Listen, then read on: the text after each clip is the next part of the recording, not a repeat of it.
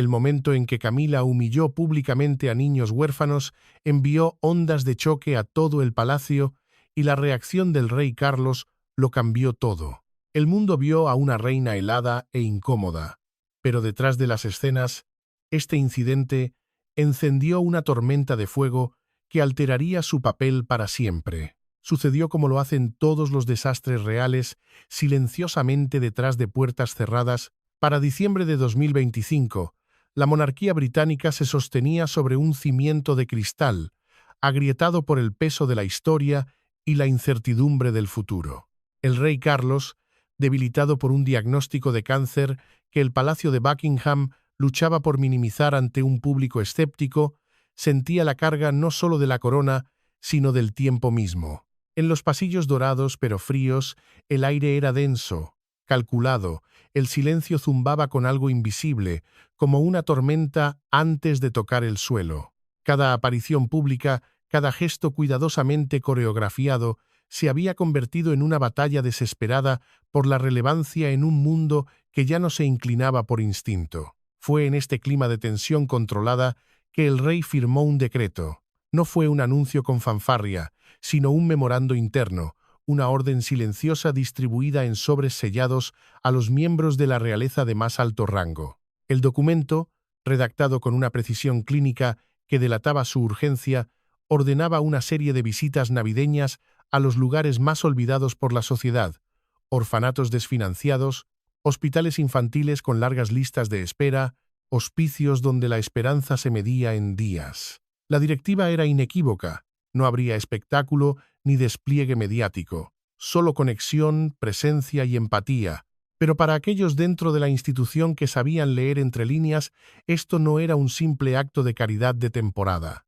Era una prueba, un intento desesperado del rey por recordar al mundo, y más importante aún, a su propia familia, el propósito fundamental de la corona, el servicio. La responsabilidad de la ejecución, como un guantelete arrojado con precisión, recayó sobre la princesa Ana, la maestra indiscutible del orden, la disciplina y el deber inquebrantable, una figura que veía el protocolo no como una guía, sino como un evangelio. Sin embargo, en Clarence House, el decreto fue recibido con una frialdad que helaba el aire. Camila, la reina consorte, vio el documento no como un deber sagrado, sino como una carga intolerable, una trampa cuidadosamente diseñada. Su posición, a pesar del título, nunca había sido segura. El fantasma de Diana, la mujer a la que pasó su vida tratando de dejar atrás, aún proyectaba una sombra larga e ineludible sobre su trono. Sentía la persistente y silenciosa crítica de Ana y la fría, casi palpable, distancia de William, el guardián autoproclamado de la memoria de su madre. Para Camila, estas visitas no eran una oportunidad para conectar, sino un riesgo calculado, un escenario público donde cualquier paso en falso, cualquier gesto malinterpretado, podría reavivar las viejas heridas y las lealtades fracturadas que aún dividían la casa de Windsor. El decreto del rey no era una invitación a la bondad, era una orden, y el campo de batalla estaba preparado. La corona no se estaba puliendo para las fiestas, se estaba preparando para la guerra. La princesa Ana recibió el decreto del rey no como una orden, sino como una misión militar. Para ella, el protocolo Windsor no era una colección de sugerencias anticuadas, sino un código grabado en piedra, la única barrera entre la monarquía y el caos. Su oficina, con vistas a los jardines perfectamente cuidados del palacio, se transformó en un centro de mando. Mapas detallados de la ciudad cubrían las paredes, marcados con rutas y tiempos de viaje.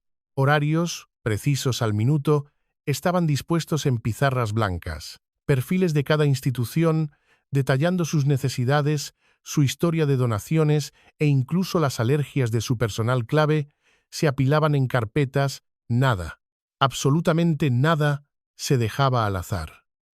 Ana operaba bajo la creencia inquebrantable de que la monarquía no sobrevivía por la pompa vacía, sino por la perfección implacable de su ejecución. Cada miembro de la familia real recibió un destino asignado con una lógica fría e implacable.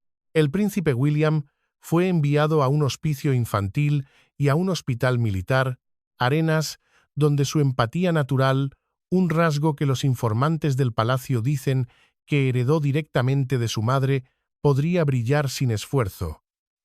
Un recordatorio viviente del legado de Diana. Otros miembros de la realeza fueron despachados a centros de rehabilitación y hogares comunitarios, movimientos estratégicos en un tablero de ajedrez nacional. A Camila, en una jugada que los susurros desde Windsor hasta Westminster describieron como deliberadamente calculada por Ana, se le asignó un orfanato y un hospital infantil, y se le asignó una compañera, la princesa Catherine. Era una prueba de fuego pública, una confrontación silenciosa, colocar a la mujer que luchó durante décadas por su legitimidad junto a la encarnación viva del futuro de la monarquía, la portadora del legado de Diana, la nueva reina de corazones del pueblo. Los detalles de la operación eran exhaustivos: horas de llegada, el flujo a través de las habitaciones, las frases exactas que debían pronunciarse, los regalos modestos pero significativos que se entregarían. Incluso el tono de voz fue materia de directivas. Los pasillos de Buckingham zumbaban con una actividad silenciosa y sincronizada. El personal, bajo la atenta y penetrante mirada de Ana, se movía con la precisión de un ballet ensayado hasta el agotamiento. Pero debajo de esta superficie de orden y control, la tensión era un veneno que se filtraba en el aire. Camila veía la meticulosidad de Ana no como profesionalismo, sino como un insulto personal, una forma de controlarla y disminuirla. Sentía que cada instrucción era un recordatorio humillante de que, a pesar de su título, no tenía el control real. Era una pieza más en el tablero de Ana, y el resentimiento hervía a fuego lento, oculto tras una fachada de dignidad real. Los días 24 y 26 de diciembre fueron marcados en el calendario como puntos sin retorno. La maquinaria estaba en marcha, impecable y precisa, pero nadie, ni siquiera la infalible princesa Ana, podía prever que el protocolo de invierno contenía una falla humana, una grieta en la armadura de la corona que haría colapsar toda la operación. El 24 de diciembre llegó con un cielo gris y plomizo, un presagio visual de la tormenta que se avecinaba. El orfanato de Santa Jude, una institución respetada pero con recursos crónicamente limitados en las afueras de Londres, se había preparado para la visita real con una mezcla de excitación y pavor. Camila llegó primero, su figura elegante descendiendo del coche oficial, una máscara de serenidad perfectamente cincelada sobre su rostro. Irradiaba la dignidad que se esperaba de una reina consorte, una actuación perfeccionada a lo largo de décadas de escrutinio. Unos momentos después, llegó Catherine. Su calidez no fue una actuación, era instantánea, una energía palpable que parecía disipar la tensión del aire. El personal del orfanato y los niños, inicialmente intimidados, se sintieron inmediatamente a gusto en su presencia. La princesa Ana, fiel a su naturaleza, realizó una última inspección con una mirada casi quirúrgica, asegurándose de que cada detalle del protocolo se cumpliera a la perfección. El día comenzó según el plan meticulosamente trazado. Las risas de los niños resonaban en los pasillos modestos pero limpios, sus rostros ansiosos y llenos de una esperanza frágil al saludar a las tres mujeres más poderosas del reino. Catherine, con una naturalidad que recordaba dolorosamente a Diana, se arrodilló para hablar con los niños a su nivel, su sonrisa genuina y sus ojos llenos de una atención real. Camila la siguió, manteniendo una gracia medida y cuidadosamente controlada, sus interacciones corteses, pero visiblemente distantes. Era la diferencia entre el deber y la devoción. Ana observaba desde una distancia discreta, una general supervisando su campo de batalla, lista para intervenir si fuera necesario. El aire parecía brillar con un momento de conexión cuidadosamente orquestado. Las cámaras de un pequeño y selecto grupo de medios de comunicación acreditados capturaban la escena, transmitiendo al mundo una imagen de unidad y compasión. Pero para aquellos que sabían leer el lenguaje silencioso de la realeza, las grietas en la fachada ya eran visibles. La rigidez en la postura de Camila, la forma en que sus manos enguantadas apenas rozaban los hombros de los niños en lugar de abrazarlos, el destello casi imperceptible de impaciencia en sus ojos, Mientras miraba su reloj, todo contrastaba brutalmente con la inmersión total y sin esfuerzo de Catherine, que ya tenía a 2 niños pequeños sentados en su regazo, contándoles un secreto. La escena era un microcosmos de la monarquía misma, una fachada de armonía que apenas contenía las corrientes subterráneas de resentimiento, rivalidad y legados en conflicto. La batalla no se libraba en los titulares, sino en estos momentos silenciosos. A pesar de la planificación perfecta, a pesar de la ejecución impecable del protocolo, el día contenía un momento que ningún estratega del palacio podría haber anticipado. Un punto de inflexión, un catalizador inesperado que expondría a Camila de una manera que ni el público ni la institución olvidarían jamás. La tormenta no estaba en el cielo, estaba a punto de desatarse dentro de los muros de Santa Jude. Mientras se movían por el salón principal del orfanato, siguiendo el flujo preestablecido, los agudos ojos de Catherine captaron algo fuera de lugar. Una pequeña figura en las sombras de una habitación contigua, apenas visible a través de una puerta entreabierta.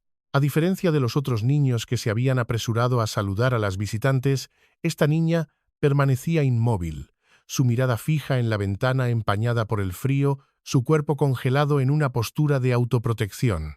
Era una anomalía en la escena perfectamente coreografiada, un susurro de dolor en medio de la alegría forzada, una herida en la línea de tiempo del evento. Catherine se inclinó ligeramente hacia Ana y Camila, señalando discretamente con la cabeza un gesto silencioso que comunicaba una urgencia inmediata. Ana, veterana de innumerables compromisos reales y lectora experta del lenguaje no verbal, entendió al instante. El protocolo dicta que no deben desviarse del camino planeado, pero la humanidad exige lo contrario. El deber real, como ella lo entendía, no estaba en el itinerario, sino en el momento. Comenzó a moverse con rapidez, esquivando con cuidado a las pocas cámaras de televisión en vivo que documentaban la visita, su movimiento fluido y decidido. Camila, sin embargo, dudó. Su cuerpo se congeló por una fracción de segundo, pero en el mundo de la realeza, una fracción de segundo es una eternidad. Su postura se endureció, su expresión se tensó visiblemente. El plan, su plan, se estaba alterando. Y ella no toleraba las improvisaciones, especialmente no las iniciadas por Catherine. La espontaneidad era el dominio de Diana, un campo de minas emocional que Camila siempre había evitado. Catherine se acercó a ella, la preocupación grabada en su rostro, una súplica silenciosa en sus ojos. Cuando Camila todavía no respondía, Catherine susurró con una urgencia apenas contenida: «Vamos. Hay una niña aquí. Nos necesita».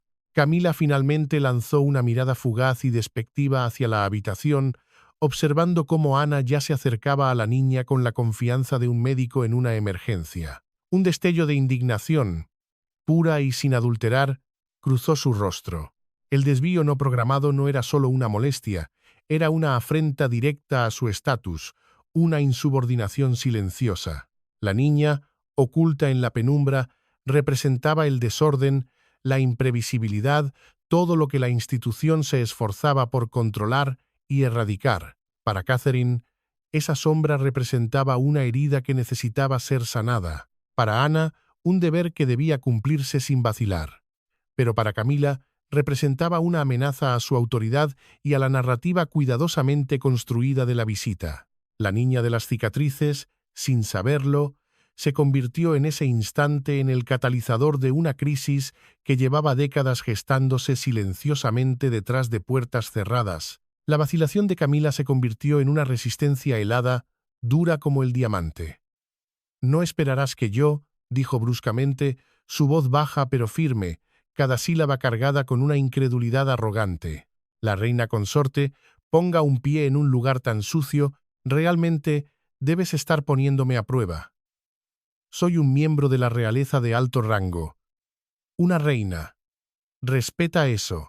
Las palabras golpearon a Catherine con la fuerza de una bofetada física. Sus ojos se abrieron, no con ira, sino con una conmoción genuina, una incredulidad ante la crudeza de la declaración. «No se trata de protocolo, se trata de ella», susurró de vuelta, su voz tranquila pero con un filo de acero. La niña necesita tu calidez. Entra ahora. Su súplica no era una sugerencia, era una orden moral, pero Camila no se movió. Permaneció inmóvil, una estatua de privilegio ofendido, su rostro una máscara impasible. Las cámaras, aunque a distancia, capturaron cada segundo de su vacilación, su rígida negativa, el desdén que emanaba de su postura. Era una imagen que valía más que 1000 comunicados de prensa, una traición silenciosa y televisada a la misión del día. Ana, viendo la confrontación y agudamente consciente del zumbido de las cámaras, intervino con la precisión de un cirujano. Se acercó a Catherine, guiándola suavemente fuera de la línea de visión directa de la prensa. ¿No sabes que las cámaras están grabando?, preguntó en voz baja y urgente, su tono no de reprimenda, sino de advertencia estratégica. ¿Qué pensarán si nos ven discutiendo? Catherine exhaló suavemente, su compostura intacta a pesar del ataque. No importa, Ana. En este momento, se trata de ella. Es todo lo que importa. La declaración fue un eco directo del etos de Diana, una afirmación de que la humanidad triunfa sobre la institución. Juntas, regresaron a la habitación donde la niña permanecía de espaldas a ellas, un pequeño universo de dolor ignorado. Ana se acercó, tocando suavemente su hombro. «Hola, princesa», susurró. La palabra princesa no como un título, sino como un bálsamo. Lentamente, la niña se dio la vuelta, y fue entonces cuando vieron la verdad que Camila se había negado a enfrentar. Un rostro marcado por profundas cicatrices de quemaduras, curadas dolorosamente, pero que dejaban un recordatorio permanente del trauma. Su nombre, susurró con una voz apenas audible, era Perla. El muro que Camila había erigido no estaba hecho de protocolo real o preocupaciones por la limpieza. Estaba hecho de pura soberbia. Un muro que la separaba no solo de una niña asustada, sino de la humanidad misma que se suponía que debía representar. En ese momento, frente a los ojos del mundo, la corona no solo se tambaleó, se agrietó. Y a través de esa grieta, la luz fría de la verdad comenzó a filtrarse. Ignorando la tensión que emanaba de la puerta, Catherine se agachó, poniéndose al nivel de la niña, su mirada encontrando la de Perla con una suavidad que desarmaba. «Hola», dijo en voz baja. «¿Cómo te llamas?» «Perla», susurró la niña, su voz frágil y quebradiza, cargada con el peso de meses de miedo y soledad. El corazón de Ana se encogió. La rigidez de su rostro se disolvió en una expresión de profunda compasión. «Estás a salvo ahora, Perla», dijo suavemente, su tono firme pero tranquilizador. «Te prometo que vas a estar bien. Estamos aquí contigo». La voz de Perla tembló al hacer una pregunta casi práctica, una pregunta tan simple que revelaba la profundidad insondable de su pérdida. «¿Cuándo volverá, mamá?» Catherine y Ana intercambiaron una mirada sombría. Era una pregunta para la que no tenían respuesta, una herida para la que no tenían cura. Ana se acercó más. «¿Puedes contarnos qué pasó?», preguntó con cuidado, su voz una invitación a compartir la carga. Perla dudó. Luego su voz se quebró mientras las palabras salían en un torrente desordenado. «Hubo un incendio. Mi hermano, mi hermana y mi mami quedaron atrapados y luego se fueron. Estuve en el hospital durante meses, pero las quemaduras todavía están frescas». Su pequeña mano rozó ligeramente su mejilla, un gesto inconsciente, como si recordara cada gramo de dolor que había soportado. Pero la historia de Perla no terminaba ahí. La tragedia se superponía a la tragedia, una avalancha de pérdidas que ningún niño debería experimentar. Cuando vinieron los ladrones, le dispararon a mi papi. Mami dijo que se fue al cielo y que volvería, pero no lo he visto. Y ahora me dicen que mami, Viviana y Maxwell volverán. Pero han pasado 3 meses. Su voz se apagó, consumida por la desesperanza. Pero el golpe final, el que la había empujado a las sombras, fue el más cruel. «No quieren jugar conmigo», susurró, y su pequeño dedo tembloroso señaló hacia los otros niños en el salón, sus ojos brillando con lágrimas no derramadas. Dicen que soy un monstruo. El peso del aislamiento y la incomprensión era casi tangible en la habitación silenciosa. La historia de Perla no era solo la de una niña, era un espejo de todas las víctimas silenciosas que la monarquía pretendía ayudar. Su confesión no fue un simple relato, fue una acusación silenciosa contra la indiferencia, la crueldad y el fracaso de un sistema que permite que una niña valiente, una superviviente, sea etiquetada como un monstruo. En ese momento, la verdadera misión de la visita se hizo dolorosamente clara. No se trataba de donar cheques o sonreír para las cámaras, se trataba de luchar contra la oscuridad que se esconde en los corazones humanos. Una oscuridad que a veces es más aterradora que cualquier incendio. La expresión estoica de la princesa Ana se suavizó al instante. La palabra monstruo, pronunciada por una niña que había soportado más dolor del que la mayoría de los adultos conocería en toda su vida, actuó como una llave que abrió una reserva de compasión profunda. Extendió una mano hacia Perla, su gesto firme y seguro. «No eres un monstruo», dijo con una gentileza autoritaria, una combinación que solo ella poseía. «Eres valiente y ya no estás sola. Estoy aquí, Catherine está aquí y vamos a ayudarte». Perla parpadeó, sus ojos grandes y vacilantes, una pregunta silenciosa en ellos. Su voz fue apenas un hilo de sonido. «¿De verdad?» «Sí, de verdad», susurró Ana, y con esa simple afirmación comenzó a guiarla fuera de las sombras. De vuelta al mundo. «Estás a salvo ahora, Perla. Eres una princesa, y las princesas nunca están solas. Eres amada. La gente se preocupa por ti. Por primera vez en meses, quizás por primera vez desde el incendio, Perla se sintió vista. No como la niña definida por sus quemaduras, su trauma o su inmensa pérdida, sino simplemente como una niña que merecía cuidado, compasión y protección. Ana tomó la pequeña mano de Perla con firmeza, un ancla de seguridad en un mar de incertidumbre, mientras caminaban por los pasillos del orfanato. Catherine caminaba silenciosamente a su lado. Su presencia, una capa adicional de apoyo silencioso.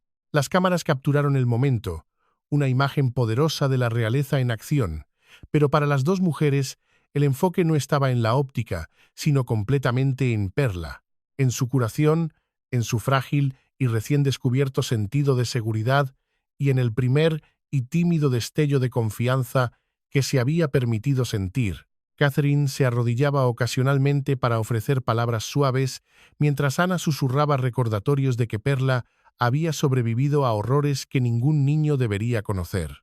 Para cuando regresaron al grupo en el salón principal, los pasos de Perla eran más firmes, su cabeza un poco más alta. Los otros niños se detuvieron en sus juegos, observando su presencia. Ya no parecía la niña retraída y asustada que se había escondido junto a la ventana. Ahora era parte de algo más grande, un círculo visible de cuidado, apoyo y empatía. Aunque sus cicatrices permanecían, Ana y Catherine vieron la chispa de esperanza reavivarse en sus ojos. «Perla», dijo Ana en voz baja, inclinándose para que sus ojos estuvieran al mismo nivel. «Vas a estar bien. Vamos a ayudarte. Volverás a reír, a jugar y a sentirte segura. Te lo prometo». Las pequeñas lágrimas de Perla continuaron cayendo. Pero ahora, una pequeña y vacilante sonrisa comenzó a abrirse paso. La confianza se estaba formando, frágil como el cristal, pero innegable. Ana sostuvo su mano un momento más, sellando el pacto. «No estás sola, no eres olvidada, y eres amada». Esta no era una promesa vacía de protocolo. Era un juramento.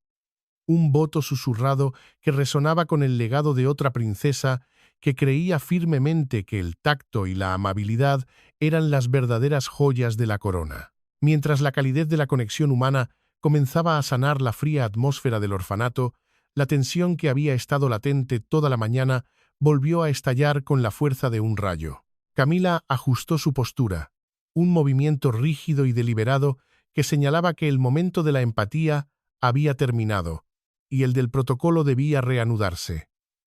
Estaba lista para pronunciar su discurso preparado. Su impaciencia era un campo de fuerza a su alrededor.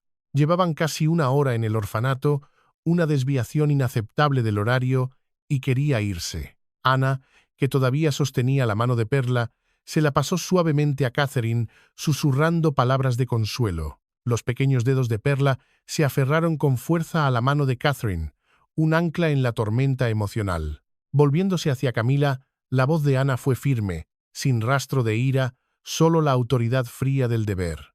¿Cuál es el significado de esto? No puedes apresurarte. Hay niños aquí que necesitan atención, no solo palabras. La expresión de Camila se endureció, su máscara de serenidad se hizo añicos. «Apesta aquí», dijo, las palabras afiladas como fragmentos de hielo, su tono goteando un desdén apenas velado. Los niños lloran. Los pasillos huelen a desinfectante barato. No fui hecha para permanecer en tales condiciones. Los ojos de Ana se entrecerraron. Eso no es excusa. Se supone que debes liderar con el ejemplo. La responsabilidad viene con tu título. Actúa como tal. Los labios de Camila se curvaron en una mueca de irritación. «¿Quién te puso a cargo?», espetó. «Yo soy la reina consorte, no tú. Yo tengo el título. Tú no estás a cargo aquí». La confrontación, aunque susurrada, fue una declaración de guerra. 40 minutos más tarde, a las 2:30 en punto, Camila tomó el micrófono. Ana no intervino esta vez. La batalla se libraría ahora a la vista de todos. La voz de Camila goteaba el mismo desdén condescendiente.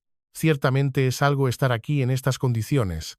Uno debe admirar la resiliencia de los niños que intentan dar sentido a tal desorden y desorden. Veo caritas que intentan sonreír en medio del caos, aunque imagino que algunos de ustedes podrían notar el aire no tan agradable. Realmente se necesita paciencia para soportar este ambiente día tras día». Su mirada se posó en la directora del orfanato, la señora García, una mujer de dignidad tranquila que sostenía el cheque ceremonial. Camila se lo entregó casi de pasada, un gesto displicente, luego giró su cabeza hacia Ana y Catherine, su voz con un nuevo filo de acusación. «¿Cómo exactamente logran supervisar un lugar así? Seguramente se requiere habilidad y competencia. Aunque solo veo esfuerzo». El aguijón de sus palabras dejó al personal y a los niños en un silencio helado, un silencio de humillación y conmoción. Las palabras no solo habían sido condescendientes, habían sido crueles. Un ataque no solo a la institución, sino a la dignidad misma de las personas que llamaban a ese lugar su hogar. La reina había hablado, y su veredicto fue de desprecio. El silencio en el salón era denso, pesado con el insulto no disimulado de Camila. Los adultos se movían incómodos. Los niños parecían confundidos, y Perla se aferraba a la manga de Catherine como si fuera un ancla en una tormenta de crueldad. Fue entonces cuando la princesa Ana dio un paso al frente. No fue un movimiento agresivo, sino uno de pura autoridad. Su calma era una fuerza. Su voz, aunque suave, resonaba con un poder inquebrantable que no provenía de un título conferido, sino de una convicción forjada en una vida de servicio. «Damas y caballeros, niños», comenzó, su voz llevando calidez y una autoridad que silenció instantáneamente el murmullo incómodo. «Estamos aquí para reconocer el coraje, no para burlarnos de él. Estos niños han soportado desafíos que nadie, absolutamente nadie, debería enfrentar. Sin embargo, permanecen esperanzados, resilientes y llenos de un potencial que este país necesita». Hizo una pausa, su mirada recorriendo la habitación y deteniéndose en el personal. «El personal y todos los que ayudan aquí merecen nuestro más profundo respeto y aprecio. Hacen el trabajo que otros consideran demasiado difícil». Luego, en un movimiento que desafió todo el protocolo real, se arrodilló para encontrar la mirada de Perla, creando un mundo íntimo solo para ellas dos, excluyendo a las cámaras y al resto del mundo. «No estás sola, eres vista, eres valorada, eres amada», dijo, cada palabra una promesa solemne. «Todos los niños aquí pertenecen a una familia que se preocupa. Nosotros, como nación, somos esa familia. Honramos tu dignidad y tu fuerza». La voz de Ana se suavizó aún más mientras se dirigía a los otros niños y tutores. Asegurémonos de que Perla se sienta segura y bienvenida. Ella ha demostrado una inmensa valentía. Hoy honramos su historia y las historias de todos ustedes. Los ojos de Perla brillaron con lágrimas, pero esta vez no eran de dolor, eran lágrimas de reconocimiento. Al verla, los niños mayores, que habían construido sus propias murallas contra el dolor, también comenzaron a llorar, conmovidos por una empatía que no habían sentido en mucho tiempo. Catherine sostuvo la mano de Perla con delicadeza. «Volveremos», prometió en voz baja, «y nos aseguraremos de que cada uno de ustedes sepa que es importante y amado». Cuando la realeza se fue, la atmósfera se había transformado. El salón, una vez espeso por la tensión y el insulto, ahora irradiaba calidez y conexión. Perla, una vez aislada en su dolor, fue abrazada lentamente por los otros niños. La risa tentativa regresó y frágiles hilos de amistad comenzaron a formarse. Ana no solo había contrarrestado el veneno de Camila, había reafirmado el verdadero propósito de la corona. No se trataba de caridad condescendiente, sino de defensa apasionada de los vulnerables. Había demostrado, sin lugar a dudas, que la verdadera realeza no se mide por la sangre o el matrimonio, sino por el servicio. Era la voz de la corona verdadera, una voz que no había resonado con tanta claridad desde los días de otra princesa. De vuelta en el palacio de Buckingham, la atmósfera era casi sofocante. Los eventos en el orfanato no se habían contenido dentro de sus modestos muros, habían explotado en el ecosistema digital global en cuestión de horas. Las imágenes eran una narrativa en dos actos. Por un lado, los clips de Ana sosteniendo la pequeña mano cicatrizada de Perla y la gentil presencia de Catherine arrodillada entre los niños pintaban un cuadro de humanidad y gracia. Eran virales por las razones correctas, pero otros medios y la insaciable corte de la opinión pública en línea fueron mucho menos amables. El discurso de Camila Burlón, afilado y goteando un desdén apenas velado, fue repetido sin cesar. Cada palabra fue diseccionada, cada microexpresión de su rostro fue escudriñada en busca de confirmación de su crueldad. La imagen de la corona, cuidadosamente curada y protegida durante décadas, estaba bajo un asedio digital sin precedentes. En las redes sociales, la erupción fue volcánica. En X, el hashtag «Respeten a los niños» se volvió viral en cuestión de horas, siendo tendencia en todos los continentes. Los usuarios expresaban opiniones crudas y sin filtro. Una publicación que acumuló cientos de miles de me gusta decía: «Estos niños no eligieron sus circunstancias». Una corona no le da a nadie el derecho de burlarse del sufrimiento. Vergüenza real. Otra, acompañada de una foto de Ana abrazando a Perla, decía: «La princesa Ana mostró hoy cómo es el liderazgo. Compasión sobre ego». El resto fue vergonzoso. Una tercera fue aún más lejos. Si esto es lo que la realeza piensa de los niños vulnerables, tal vez es hora de que dejen de pretender que les importa. Los comentarios se multiplicaron como un reguero de pólvora, cada uno cimentando aún más la humillación del palacio. Dentro de Buckingham se sentía como un campo de batalla en plena crisis. Los asesores corrían de una habitación a otra, con los teléfonos pegados a las orejas, el pánico grabado en cada rostro. Los equipos de relaciones públicas, reunidos en una sala de crisis improvisada, discutían febrilmente sobre la redacción, el momento y la estrategia. ¿Responder de inmediato? ¿Permanecer en silencio? ¿Emitir una disculpa a medias? Cada camino potencial parecía desastroso, una trampa en sí misma. No surgió ninguna declaración oficial. El muro de silencio del palacio, una táctica utilizada durante mucho tiempo para capear tormentas mediáticas, esta vez solo avivó las llamas del incendio digital. Al anochecer, los informes internos revelaron la cruda realidad. Los índices de aprobación de la monarquía se habían desplomado un 15% en menos de 12 horas. Una cifra sin precedentes. Nunca una sola visita real había causado una caída tan precipitada y catastrófica en la percepción pública. El silencio no fue interpretado como dignidad, sino como una confesión de culpabilidad. Y la especulación, sin control, se endureció hasta convertirse en una ira pública y helada. La conmoción de la noche anterior se intensificó con la fría luz de la mañana. El Palacio de Buckingham recibió una carta urgente, marcada como atención inmediata y entregada por un mensajero especial. Procedía del director del Hospital de San José, el mismo lugar donde Camila, Ana y Catherine tenían programada su visita el 26 de diciembre. La carta era un modelo de cortesía británica, educada y medida, pero cada palabra llevaba un peso aplastante. Dado el reciente y desafortunado revuelo mediático, escribió el director: no creo que sea apropiado para el bienestar de nuestros pacientes y personal realizar una visita real en este momento.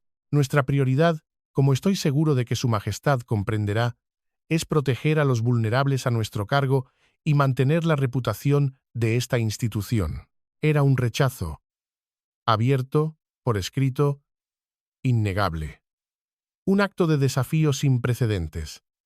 Nunca antes, en la memoria reciente, una casa real había sido rechazada de esta manera.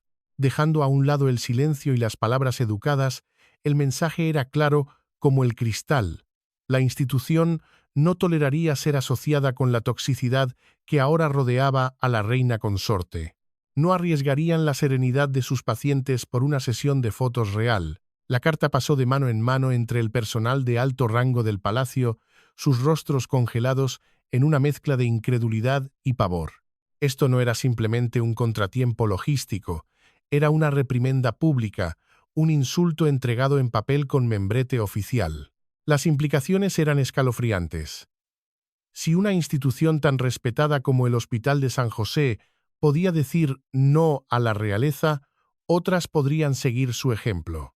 La autoridad de la corona, durante mucho tiempo incuestionable y asumida, de repente parecía frágil, revocable. A media mañana, la noticia de la carta llegó al rey Carlos. Sentado en silencio en su estudio privado con sus asesores médicos, ya debilitado por las rondas de tratamiento, la noticia golpeó con la fuerza de un golpe físico. Los índices de aprobación en caída libre, la indignación viral y ahora, un rechazo público y formal. Todo convergía para formar una única y aterradora verdad. Esto no era una crisis de relaciones públicas, era una crisis de legitimidad. La cara del rey se endureció mientras el peso de la situación se asentaba por completo. Comprendió con una claridad cristalina que los eventos en el orfanato no eran un escándalo fugaz, marcaban un punto de inflexión, uno del que no había una recuperación casual. La puerta cerrada del Hospital de San José no era solo una puerta, era un símbolo del abismo que ahora se abría entre la monarquía y el pueblo al que se suponía que debía servir. Y en ese abismo vio la posibilidad real de que todo lo que su madre había construido pudiera desmoronarse. Sin demora, el rey convocó a su hijo, el príncipe William, y a su hermana, la princesa Ana, a su estudio privado. El aire en la habitación estaba pesado, cargado de un entendimiento tácito. Esta no era una reunión para el debate o el retraso, era un consejo de guerra. Era un consejo silencioso, una tradición no escrita de la monarquía, como los que su madre, la reina Isabel II, había convocado en los momentos más oscuros de su reinado. Un cónclave donde se tomaban las decisiones que definían el futuro de la monarquía, lejos de las miradas indiscretas y los oídos curiosos de los cortesanos.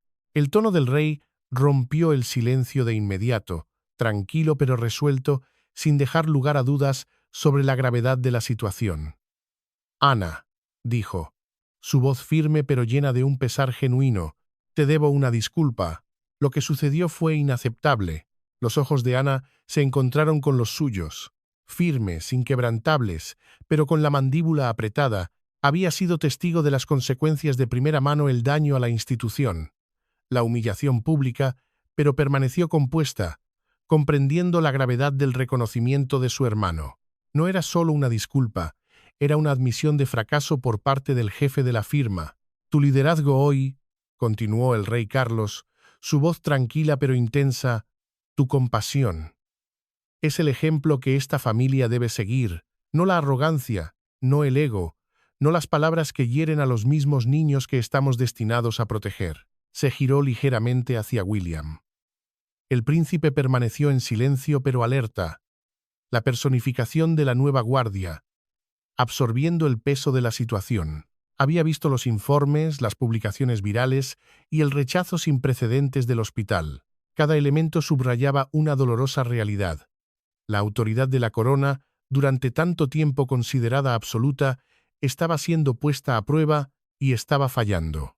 El rey se reclinó en su silla, el peso del mundo sobre sus hombros, frotándose la sien. «Actuaremos», dijo su voz baja, pero con un filo de acero. «Esto no se trata solo de un discurso, una visita o el comportamiento de un miembro de la realeza.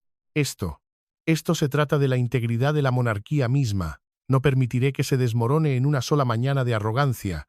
La habitación estaba en silencio de nuevo, pero ahora no era un silencio de crisis, sino uno que contenía un propósito, una determinación renovada. El punto de inflexión había llegado. El incidente del orfanato, la indignación viral, el paso en falso de Camila, el rechazo del hospital, todos habían convergido en un momento de ajuste de cuentas. Y el rey Carlos sabía, con una certeza aterradora, que a partir de ese día no habría escondite detrás del protocolo, los títulos o las apariencias. Se exigía una acción real, y la monarquía se levantaría a la ocasión o se enfrentaría a la irrelevancia. El silencio en el estudio del rey era casi sagrado.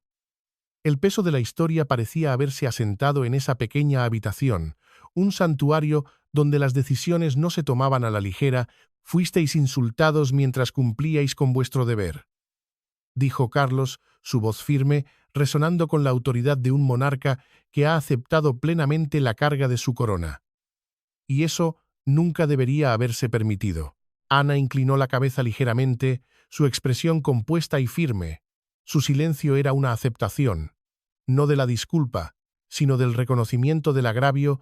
La disculpa del propio rey era una restauración del honor, no solo para ella, sino para la corona que ambos servían.